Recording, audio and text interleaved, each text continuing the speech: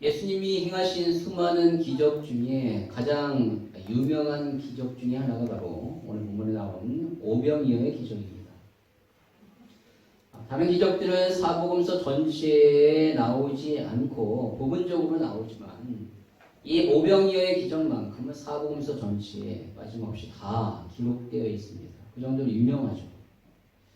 그 이유는 다른 기적들은 그 기적의 당사자들이나 혹은 몇몇 사람들에게 해당되는 기적이었지만 이 오병이어는 엄청난 숫자의 사람들에게 베풀어진 기적이죠. 한번 보십시오. 예수님이 각종 질병을 치유하셨을 때 그 기적의 당사자들은 그것을 경험해요. 또 그것을 지켜봤던 사람들도 그것을 보게 됩니다. 그리고 죽은 나사로가 살아났을 때 나사로 당사자뿐만 아니라 그 집에 있었던 사람들도 이 놀라운 엄청난 사건을 경험하게 되죠. 엄청나게 놀랐겠죠. 그리고 가나 혼인잔치에서 예수님께서 물이 변화의 포도주가 되는 역사를 일으키셨을 때 사람들이 그것을 먹고 체험했습니다. 그러나 성경에 보니까 그것이 기적이라는 사실을 마리아와 물떠온 하인들만 알았다라고 말하고 있어요. 그러나 오늘 이 오병이어의 사건은요, 무려 5,000명, 남자만 5,000명이니까 여자와 아이들까지 합쳐서 약 2만 명에 가까운 사람들이 이 기적을 체험했습니다. 그 현장에 있었던 사람들은 이 엄청난 기적을 경험한 거예요. 따라서 그 파급 효과가 얼마나 크겠습니까? 대단했겠죠.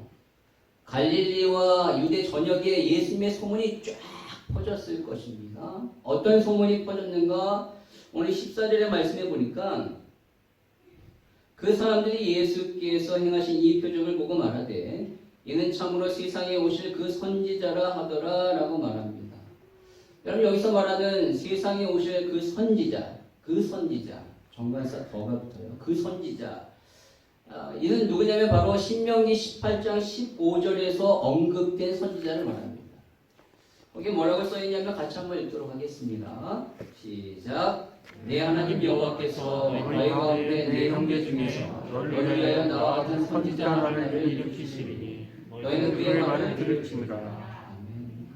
신명기는요 모세가 죽기 전에 남아있는 이스라엘 백성들에게 한 유언적 메시지입니다.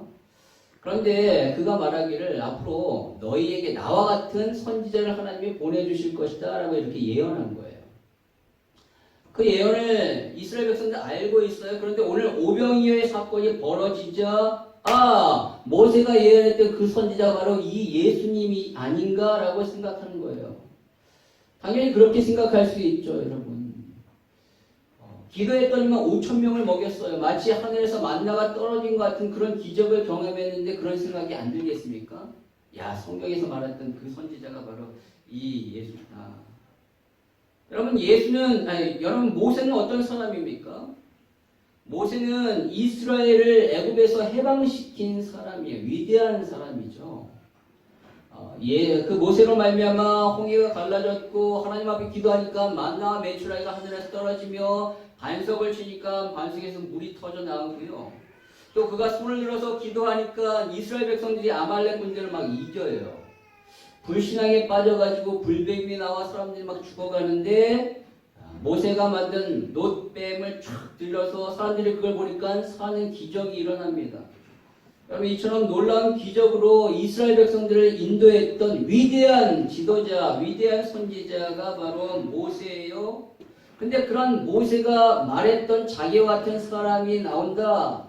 사람들이 바로 이 예수님이 바로 그 모세다. 모세와 같은 선지자다. 라고 막 열광을 한 거예요. 막 흥분하기 시작하면서 그 소문이 쫙 퍼지게 된 것이죠.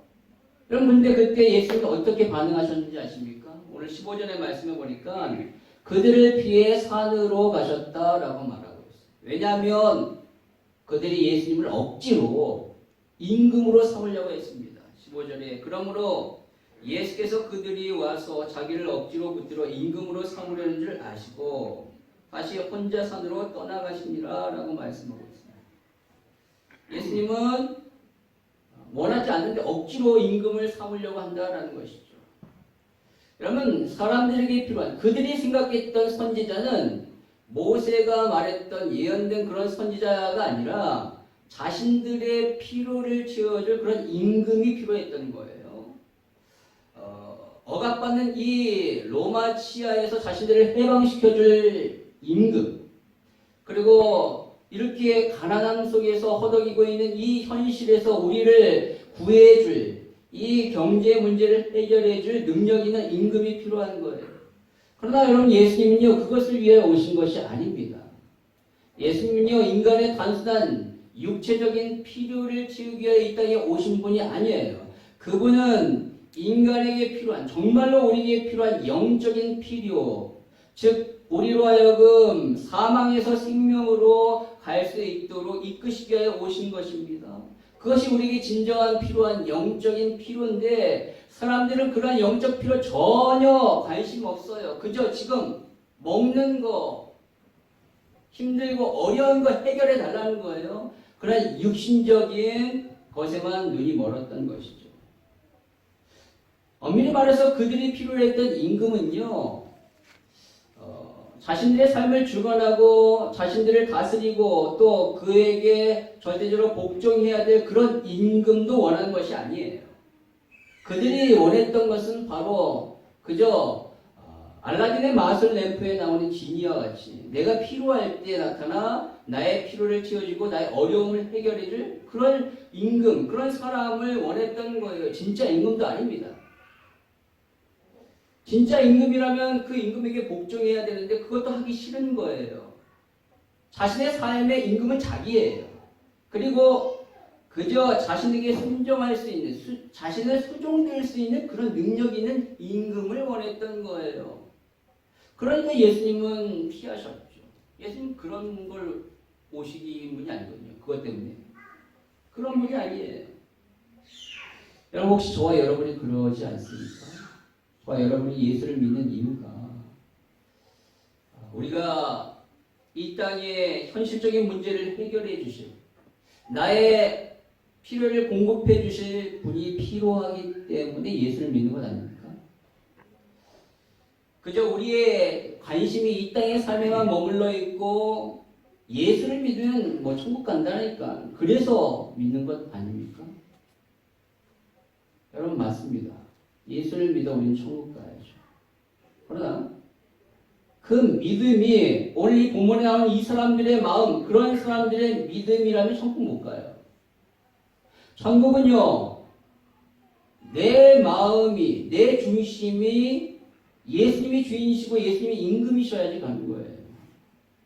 내 마음의 중심과 내 마음의 주인이 나고 내가 내 임금이라면 진짜 임금이시고 주인이신 예수님이 계시는 천국에 어떻게 갈 수 있겠어요? 가면은 임금이 얼마나 많겠어요?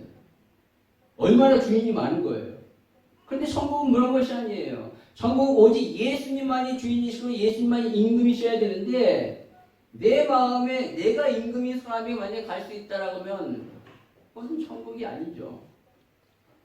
제가 극단적으로 이렇게 얘기한 걸 수 있지만은 믿음이라는 것은 바로 그런 겁니다.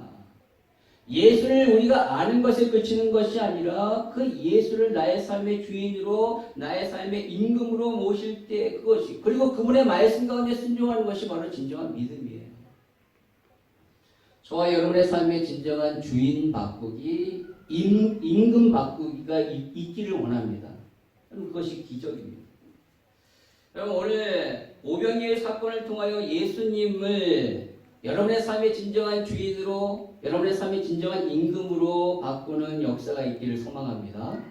특별히 오늘 헌신 예배 드리는 남전도의 모든 남성들, 남자분들의 삶의 인생의 주인과 임금이 예수로 바뀌어서 그분의 말씀에 순종함으로 여러분을 통하여 여러분의 가정과 우리 교회가 하나님의 놀라운 기적을 경험하는 그런 역사가 있기를 원합니다. 여러분 그랬을 때 진정으로 헌신이 나오게 되고 그 헌신 가운데 기적은 일어나게 되는 거예요. 바로 오병이의 기적은 바로 그러한 헌신에서부터 출발하게 됩니다. 여러분 오늘 본문에 보니까 예수님이 갈릴리 사역을 마치시고 배를 타고 건너편 빈 들로 가십니다. 그 이유는 뭐냐면 마가복음 6장 31절에 보니까 사람들이 없는 한적한 곳에 가서 쉬시기 위해서였어요. 예수님은요 많은 사역을 통해 너무 지치셨어요. 그래서 좀 쉬고 싶으셨습니다. 그런데 사람들은 그것도 모르고 예수님을 쫓아왔어요. 5천 명이 넘는 사람이 와가지고 말씀을 듣기를 원하는 거예요. 너무너무 피곤하셨지만 그래도 예수님이 말씀을 전하십니다. 시간이 한참 지났는데 문제가 발생합니다. 뭐냐면 바로 저녁 먹을 때가 된 거예요. 그런데 너무나도 이 많은 사람들 어떻게 저녁을 먹일 수 있겠어요? 사람들이 배고파하고 먹을 것이 없어서 힘들어하고 있습니다. 바로 이러한 때에 예수님이 뭐라고 말씀하셨냐면 제자 중에 한 사람인 빌립에게 이렇게 물어보십니다. 5절에 보니까 우리가 어디서 떡을 사서 이 사람들을 먹이겠느냐라고 말씀하셔요. 그럼 오병이의 또 다른 본문인 마가복음 6장 37절에 보니까 예수님이 너희가 먹을 것을 주라라고 말씀하십니다. 예수님은 제자들에게 이 문제를 한번 해결해 봐라 라고 말씀하시는 거예요. 이 문제를 제자들에게 주었습니다.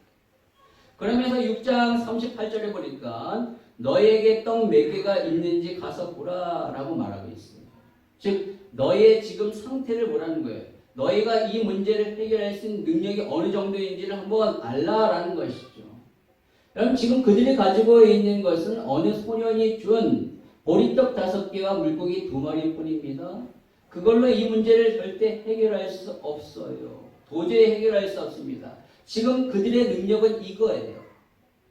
그럼 오늘 예수님이 왜 이 문제 앞에서 본인이 직접 빨리 해결하실 수 있음에도 불구하고 그렇게 하지 아니하시고 이 문제 해결해 봐라 라고 제자들에게 이렇게 말씀하셨을까요? 그 이유는 바로 이 상황에서 그들의 능력, 그들의 상황, 그들의 지금 할 수 있는 그런 모든 것들이 뭔지를 그들이 똑바로 자신의 상황을 철저하게 인식하기를 원하신 거예요. 다른 말로 말하면 그들의 무능력을, 자신의 무능력을 철저하게 알기를 원하시는 거예요. 여러분, 우리가 인생을 살아가면서 가장 먼저 깨달아야 할 것은 바로 나의 무능력을 알아야 한다는 거예요. 그것을 철저하게 깨달아야 돼요. 오늘 주님은 우리가 문제 앞에서 우리 자신을 정확하게 보기를 원하셔요.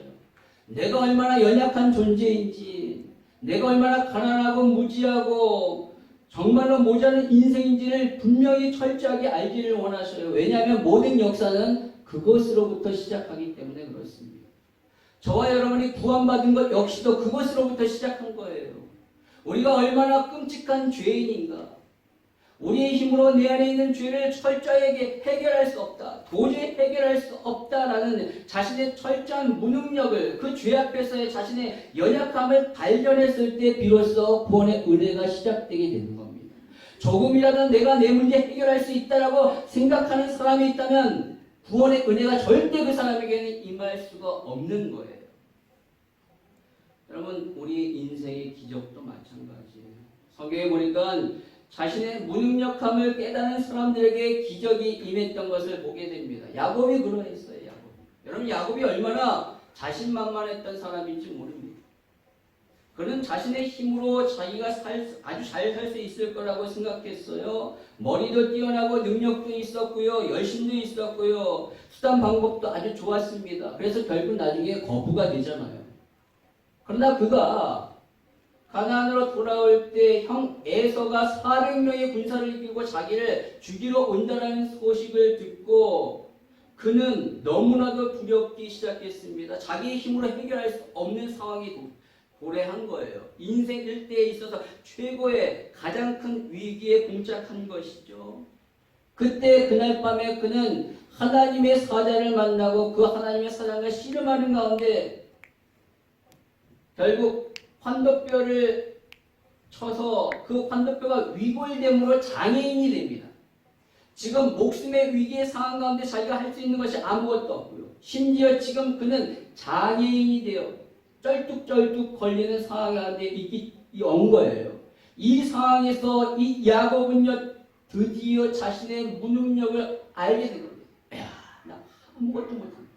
나 이제 정말로 이렇게 병신이 돼서 아무것도 못하는구나 라는 그런 철저한 자기의 무능력을 깨달았을 때 비로소 그때 역사가 일어나요. 자신이 도저히 해결할 수 없고 그렇게 무서워했던 그 형 에서를 만났을 때 형 에서가 그 안에 있었던 분노가 갑자기 확 사라지면서 쩔뚝거리고 있는 그 야곱을 보니까 너무너무 불쌍한 마음이 들어 그를 껴안고 울기 시작합니다. 그를 용서해주세요. 여러분 이게 그 문제가 해결된 거예요. 여러분 기적 아닙니까? 야곱에 있어서는 엄청난 기적을 경험하게 된 거예요. 왜요? 그가 자신 이 문제 앞에서 철저한 무능력을 깨달았을 때 나 아무것도 못한다. 이제 망했다. 라고 생각했을 때 이런 역사가 일어난 거죠. 바울도 그렇습니다. 자신이 참으로 대단한 사람이라고 생각했을 때는 그가 하나님 앞에 하나님의 일을 한다라고 생각했지만 결국은 하나님의 일을 방해하는 그런 삶을 살았던 거예요. 하나님을 대적하는 삶을 산 거예요. 자신이 대단하다고 생각했을 때. 그러다 그가 예수 그리스도를 다메섹 도상에서 만나고 그 강력한 빛 앞에 눈이 멀어 다른 사람의 인도를 받는 그러한 위치에 갔을 때 이제 나는 아무것도 못하는구나. 다른 사람의 도움이 없으면 살 수 없구나라는 철저한 자기의 무능력을 깨달았을 때 비로소 그때서부터 하나님 앞에 쓰임받게 되는 복음 앞에 쓰임받게 되는 그런 삶을 산 것입니다. 여러분 하나님은 우리가 문제 앞에서 우리의 자신을 발견하기를 원해요. 바로 내 자신이 얼마나 무지하고 무능력하고 아무것도 할 수 없는 연약한 자인가를 알기를 원하셔요. 왜요? 그래야지만 그 문제를 가지고 하나님 앞에 나올 수 있고 하나님 앞에 그 문제를 맡길 수 있기 때문에 그렇습니다. 나의 무능력함을 알지 못하면 주님을 절대 의지하지 않습니다. 여러분 내 안에 내가 할 수 있다는 생각이 조금이라도 남아있으면 절대 우리는 하나님 의지하지 않아요. 왜냐하면 그 불안하니까. 내가 내 능력으로 해결하는 걸 더 확실하다고 생각하니까. 안 그러겠습니까? 보이지 않는 하나님을 어떻게 의지하겠어요? 근데 완전히 무능력을 깨달았을 때 나는 할 수 없다를 깨달을 때 하나님을 의지하게 되는 거예요. 오늘 예수님이 제자들에게 이러한 상황 가운데 너네도 한번 해결해봐라. 이 문제를 제자들에게 주신 이유는 제자들로 하여금 그 문제를 해결하기를 원해서 주신 것이 아니에요. 예수님은 이 제자들이 이 문제를 해결할 수 없음을 아십니다. 오늘 6절에 보니까 이렇게 말씀하시면 신이 어떻게 하실지를 아시고 빌립을 시험하고자 하십니다. 라고 말씀하십니다. 어떻게 될지를 예수님은 다 아셔요. 그들이 이 문제를 해결할 수 없고 결국은 내가 해결해야 된다는 것을 아셔요. 그러면서 빌립을 시험하죠. 그들이 어떻게 할까라고 그걸 보시고자 이렇게 하신 거예요. 결단코 그들이 해결하기를 원해서 문제를 주신 것이 아니라는 거죠. 바로 이러한 상황 안에 그들이 예수님은 원하신 건 뭐냐면 바로 이 문제 앞에서 자신의 능력, 자신의 무능력을 철저히 깨닫고 다시 이 문제를 예수님께 드리기를 원하신 거예요. 예수님, 우리는 할 수 없습니다. 문제 해결해 주세요. 라고 맡기기를 원하시는 거예요. 여러분 문제 앞에 두 종류의 사람이 있습니다. 오늘 본문에 보니까 두 사람이 나오는데 그 첫 번째 사람이 빌립이에요. 빌립은 7절에 보니까 빌립이 대답하되 각 사람으로 조금씩 받게 할지라도 200데나리온의 떡이 부족하리이다 라고 얘기합니다. 이 상황을 어떻게 해결한가? 200데나리온의 돈이 있어야지만 그나마 조금 해결할 수 있습니다 라고 얘기합니다. 굉장히 계산을 잘했죠. 여러분 한 데나리온은 당시 노동자의 하루 일당입니다. 오늘날로 말하면 10시간 만약에 근무한다고 치면 한 200불 정도 되겠죠. 근데 200데나리온이니까 곱하기 200을 해야 될 거 아니에요. 그렇죠? 그러면 한 4만 불 정도 됩니다. 그런 돈이 있어야지 겨우 좀 먹일 수 있을 겁니다. 라고 굉장히 계산이 빨랐던 사람이에요. 어떤 문제 앞에서 그는 합리와 경험을 통하여 그 문제를 해결해 보려는 사람입니다. 대부분의 사람들이 그렇죠. 저와 여러분이. 내가 생각했을 때는 이렇게 해야 돼. 내 경험으로는 이렇게 하는 것이 맞아. 라고 얘기합니다. 그러나 그러한 생각과 경험, 문제 해결할 수 없어요. 여러분 200데나리온 그 엄청난 돈을 제자들이 지금 가지고 있지도 못하지만은 또한 그것을 어디서 구할 수도 없는 상황이에요. 지금 그들이 처한 것은 인가가 전혀 없는 빈들이잖아요. 결국 이 배고픔의 문제는 계속 갈 수밖에 없습니다. 그런데 다른 한 사람, 오늘 본문에 가면 안드레는 달랐어요. 이 문제 앞에서. 안드레는 한 아이가 건네준 물고기 2마리와 보리떡 5개를 가지고 예수님께 나온 겁니다. 예수님 앞에 그것을 드린 거예요. 우리가 할 수 있는 최선의 것을 예수님 앞에 드리면서 이 문제를 다시 예수님 앞에 다시 도로 갖고 온 거예요. 그래서 예수님, 내가 할 수 있는 것은 이것밖에 없지만 예수님이 하셔야 합니다. 우리 못해요. 오늘 이 안드레는 자기의 능력으로 해결할 수 없음을 압니다. 오늘 9절의 말씀에 보니까 주님 이것 가지고 이 많은 사람들을 얼마나 먹일 수 있겠습니까? 알아요. 문제 해결할 수 없음을 알아요. 하지만 그가 가지고 있는 최선의 것을 가지고 예수님 앞에 나와 이 문제를 다시 예수님 맡긴 거예요. 여러분 그랬을 때 기적이 일어난다라는 것입니다. 여러분 사실 우리의 문제는 배고픔이 아니라 주님 앞에 그 문제를 맡기지 못한다는 것이 문제예요. 그 문제를 내가 해결할 수 있다고 생각하는 그 착각이 문제입니다.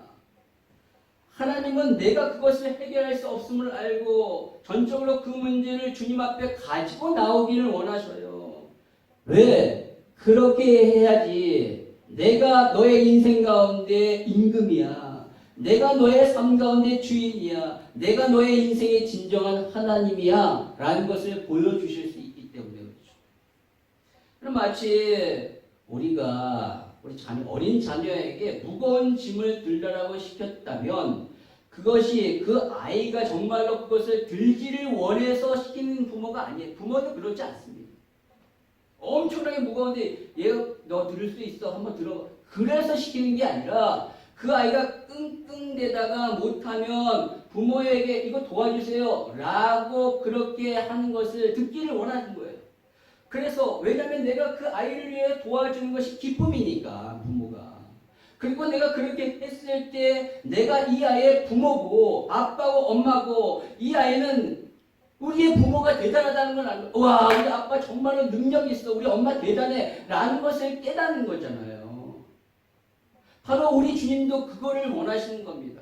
주님이 우리에게 문제를 주신 이유는 우리가 그 문제 앞에 내가 스스로 그것을 해결하기를 원해서가 아니라 그 문제 앞에 나의 무능력을 깨닫고 주님이 하셔야 합니다. 주님 도와주세요 라는 것을 원하십니다. 그래서 주님이 우리의 삶 가운데 그 문제에 도와주시고 해결하심으로 우리 주님이 진정한 하나님이 되심을 우리가 경험하기를 원하시는 것입니다. 모든 문제 앞에서 여러분 합리와 경험을 버리시고 우리 주님 앞에 그 문제를 맡기시는 저와 여러분 되기를 바랍니다. 그랬을 때 그 문제의 해결이 있는 거예요. 여러분 그것이 뭐냐? 기도예요.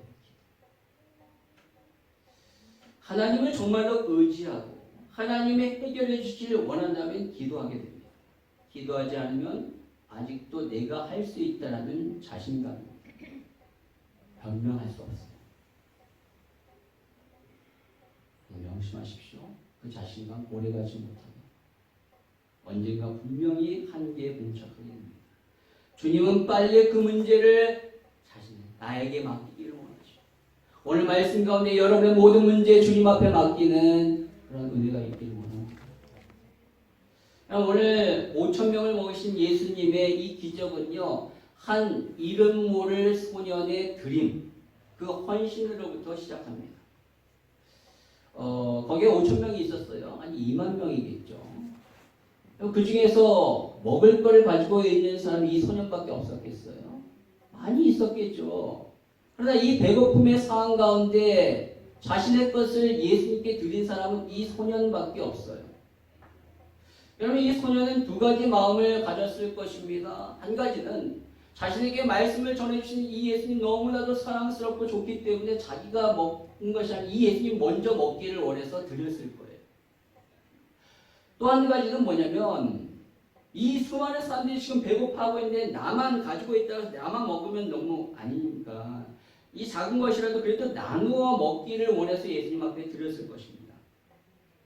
어쨌든 간에 이 소녀는 이기적인 생각이 아니라 오늘 예수님과 다른 사람을 돕고자 하는 그런 마음으로 드리는 거예요. 바로 우리 주님은 이러한 마음으로 나의 것을 드리기를 원하셔요. 여러분, 그것이 아주 작고 보잘것없는, 비록 보리떡 5개와 물고기 2마리밖에 되지 않은 한 끼 식사를 할지라도 그것을 그러한 마음으로 주님 앞에 드릴 때 기적이 시작되는 거예요. 그럼 기적의 시작은요, 나의 연약한 것, 나의 부족한 것, 나의 정말로 보잘것없는 것 드릴 때 시작되는 겁니다. 마치 사르밧 과부가 그러했어요. 기근으로 먹을 것이 없어 죽어가는데 지금 그에게 남은 것은 딱 하나밖에 없거든요. 뭐냐면 가루 한 줌과 기름 한 병이에요. 자, 이거 먹고 우리 그냥 죽자. 마지막 자기에게 남은 거 그거 딱 먹으려고 하는데 하나님의 사람 엘리야를 만났네요. 그가 달라고 요구해요. 하나님의 사람임을 압니다. 어떻게 했죠? 그가 그것을 떡으로 만드는 그 입이 죽은 거예요. 마지막 남은 그 작고 보잘것없는 드렸어요. 그랬더니만 어떤 일이 벌어지는가? 3년 반 동안 그 집에 기름이 떨어지지 않냐고, 그리고 가루가 끊이지 않았어요. 아주 작은 조금이겠죠. 근데 그거 드렸어요. 그랬더니만 기적이 일어나게 됩니다. 기적의 시작은 하나님 앞에 드림으로부터 시작됩니다. 우리 인생의 복이 바로 그 드림으로부터 시작됩니다. 하나님 우리에게 복 주시기를 원하셔요. 복의 주체는 하나님이십니다. 하나님이 주관하셔요. 그러나 그 복이 나에게 임하느냐 임하지 않느냐는 1차적으로 나에게 달린 거예요. 내 행동에 달렸습니다. 누가복음 6장 38절 한번 같이 보도록 하겠습니다. 시작. 주라 그리하면 너에게 줄 것이니 곧 흥이 되어 누르고 흔들어 넘치도록 하여 너희에게 안겨주리라. 너희가 헤아리는 그 헤아림으로 너희의 헤아림을 도로 받을 것입니다. 주라 그리하면 너희에게 줄 것이니. 먼저 뭐 하래요? 주래요. 신약 성경에 보니까 남에게 주어라. 그리하면 하나님께서도 너희에게 주실 것이니. 대를 누르고 흔들어서 넘치도록 후하게 되어서 너희 품에 안겨주실 것이다. 너희가 대질하여 주는 그 대로 너에게 도로 주어서 대로 되어서 주실 것이다 라고 번역하고 있어요. 하나님은 먼저 우리 보고 주기를 바라죠. 먼저 줘. 그러면 나도 너에게 줄게. 어떻게? 누르고 흔들어서 넘치도록 주시겠대요. 내가 주지 않으면 하나님 안 주신대요. 하나님은 복 주기를 너무너무 원하시는데 1차적으로 내가 하나님 앞에 드리는, 다른 사람에 줄 때 그러한 복이 임한대요. 명심하십시오. 하나님 우리에게 문제를 주시는 이유는 우리로 하여금 그 문제 앞에 그 나의 것을 끙끙 붙잡고 있기를 원하시는 것이 아니라 오히려 그 문제 앞에 나의 작은 것들을 하나님 앞에 드림으로 하나님의 기적을 경험하기를 원하시기 때문에 그런 문제를 주시는 거예요. 그러니까 하나님 앞에 드릴 수 있는 장을 마련해 주신 거예요. 그 말은 다른 말로 말하면 하나님의 복 주실 수 있는 기회를 주시는 거예요. 문제가 왔다? 아, 그러면 나의 것을 하나님 앞에 드려야 되는구나. 그래서 결국 하나님의 복을 주시는 기회를 주시는구나. 그것을 알 때 심적으로 이 어린아이와 같은 드림이 있게 되는 거예요. 그럼 미국 필라델피아 근처의 조그만 마을에 아주 큰 교회당이 있었습니다. 사람들이 의아해했죠. 이 작은 마을에 왜 이렇게 큰 예배당이 있을까 궁금해했는데 거기에는 한 사연이 있었습니다. 그것은 바로 오래전에 그 마을에 수잔이라는 어린 아이가 살고 있었어요. 근데 병약했습니다. 많은 병으로 인해 너무나도 아파하고 있는 소녀이었어요. 그런데 그 소녀에게 한 가지 소원이 있었습니다. 그것은 바로 자기 집 근처에 예배당이 있으면 그런 소원이에요. 너무 아프기 때문에 멀리까지 갈 수 없어요. 그런데 자기 마을에는 예배당이 없는 거예요. 그래서 그러한 소원을 품고 있었는데 안타깝게도 그 소원이 이루어지지 않은 채 소녀는 죽었습니다. 그런데 그 소녀가 죽은 이후에 침대 밑에서 그 소녀가 쓴 편지와 5불짜리 지폐가 발견된 거예요. 그 편지를 보니까 뭐라고 썼냐면, 하나님, 우리 교회에 예배당 하나 지어주세요. 이 일을 위해 제가 가진 전부인 5불을 바칩니다. 얼마 후에 이 소녀의 간절한 소원이 신문을 통하여 전 미국에 전파됐습니다. 보도됐어요. 그래서 각지에서 헌금이 들어와 너무나도 아름답고 큰 예배당이 그 마을에 세워질 수 있었던 거예요. 소녀의 이 작은 헌금 5불이 눈물의 겨자씨가 되어 엄청난 열매를 맺게 된 것이죠. 여러분, 헌신은요, 규모의 문제가 아니라 마음의 문제입니다. 내 마음이 진실되게 하나님 앞에 이 작은 것이라도 드리고자 한다라면 하나님의 그 마음을 받으셔서 기적을 베푸십니다. 여러분, 사도행전 9장에 보니까 요바에 다비다라는 여인이 살았습니다. 이 여인은 많은 과부들을 도왔어요. 어떻게 도왔냐면 그 과부들의 겉옷과 속옷을 쥐어서 주었습니다. 이 여자는 부자가 아니에요. 만약에 부자였다면 돈을 주고 그것을 샀겠죠. 그런데 이 여자는 많은 학자들이 말하기에 이 여자도 과부였을 것이다 라고 생각합니다.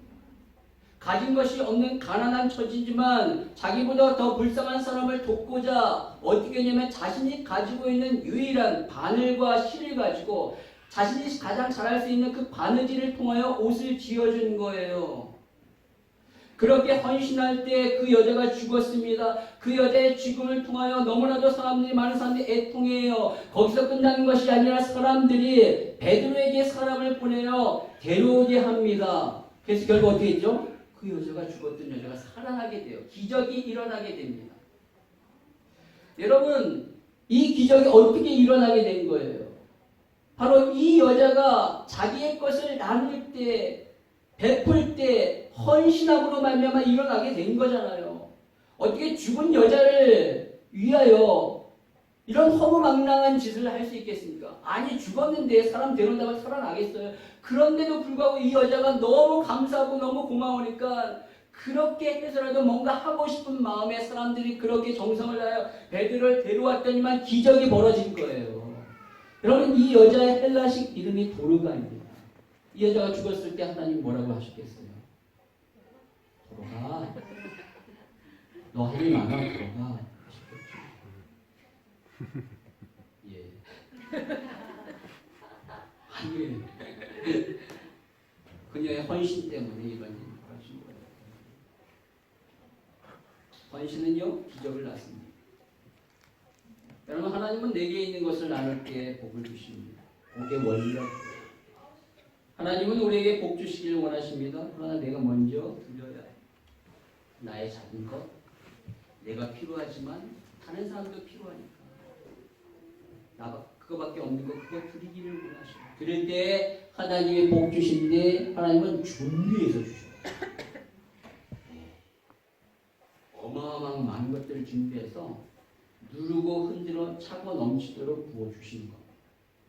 하나님 앞에 우리의 작은 것이라도 정성껏 드리는 저와 여러분들이 바랍니다. 그것이 복 받기 위해서 그렇게 하는 거 아니에요. 말할 수 없는 엄청난 큰 구원의 복을 받은 저와 여러분의 삶이 마땅히 그런 삶을 살아야 되기 때문에 그렇게 사는 겁니다. 오늘 예수님은 한 소년이 드린 이 보리떡 5개와 물고기 2마리를 가지고 기적을 베푸십니다. 구체적으로 마가복음 6장 41절과 42절에 보니까 이렇게 기록되어 있습니다. 우리 같이 한번 읽도록 하겠습니다. 시작. 예수께서 떡 5개와 물고기 2마리를 가지사 하늘을 우러러 축사하시고 떡을 떼어 제자들에게 주어 사람들에게 나눠 주게 하시고 또 물고기 2마리도 모든 사람에게 나누심에 다 배불리 먹고 또 먹고. 여러분, 이것을 자세히 보시면요, 예수님이 보리떡 5개와 물고기 2마리 가지고 축사하셔요. 기도하셨고 나서 이 5,000명이 먹을 수 있는 음식이 짠 생긴 것이 아니에요. 딱 기도했더니만 어마어마한 음식이 딱 생겨서 사람들이 박수 와! 뭐 그거 아니라는 거예요. 그렇게 딱 생긴 것이 아니라 예수님이 기도하시고 나서 가지고 있는 이 떡 중에서 떡을 떼어 제자들에게 나누어주고 그 제자들이 다른 사람들에게 나누어준 거예요. 여기 분명히 물고기 2마리 역시도 그렇게 하셨다는 거죠. 만약에 기도했는데 물고기가 어마어마하게 몇천 마리가 나왔으면 그 몇천 마리 나눠주셨다라고 나올 거예요. 근데 아니라는 거예요. 물고기 2마리도 사람들에게 그렇게 제자들에게 먼저 주고 제자들이 다른 사람에게 준 거예요. 근데 희한하게 줬더니만 생겨납니다. 아니 모자라야 되는데 생겨나는 거예요. 떡을 떼서 줬더니만 떡이 계속 생겨나고 물고기를 떼서 줬더니만 물고기가 계속 생겨나는 거예요. 왜 예수님이 이미 만들어 놓고 나눠주시지 아니하시고 이렇게 하셨을까요? 그것은 우리로 하여금 나눔을 가르치시기 위해서. 앞에 있는 것이 하나님 앞에 기적을 경험하는 첫 번째 기적의 시작이 드림이었다면 이제 그 경험, 이 기적을 완전히 우리가 경험하기 위해서는 바로 뭐가 있어야 되냐? 나눔이 있어야 된다는 것을 말씀하십니다. 내가 풍족해서 나누는 것이 아니라 부족하고 없지만 나에게도 필요하지만 다른 사람에게도 이것이 필요하니까 나누는 겁니다. 여러분 사도행전 4장 32절과 34절에 보니까 초대교회 성도들이 어떻게 되는가? 한마음 한뜻으로 자신의 물건을 서로 나누고 재물을 팔아 가난한 사람에게 나누어 줬대요. 여러분 그 당시에 잘 사는 사람 누가 있겠어요? 다 가난했겠죠. 너무나도 힘들고 어려웠지만 그런 가운데서도 함께 나누기를 원해서 그렇게 조금씩을 나눴더니만 어떤 일이 벌어졌는가? 34절에 그 중에 가난한 사람이 없었답니다. 궁핍함이 없어집니다. 기적이죠. 이것이 기적 아니겠습니까? 여러분 오늘 예수님이 제자들에게 떡을 나눠주시고 물고기를 나눠주시고 그 제자들이 사람들에게 나눠줬을 때 사람들은 다른 사람들에게 나눠줄 때 어떻게 나눠줬을까요? 조금씩 자기가 취하고 다른 사람에게 많이 줬겠죠. 이게 부족하니까 나 조금 먹고 다른 사람에게 많이 줬겠어요.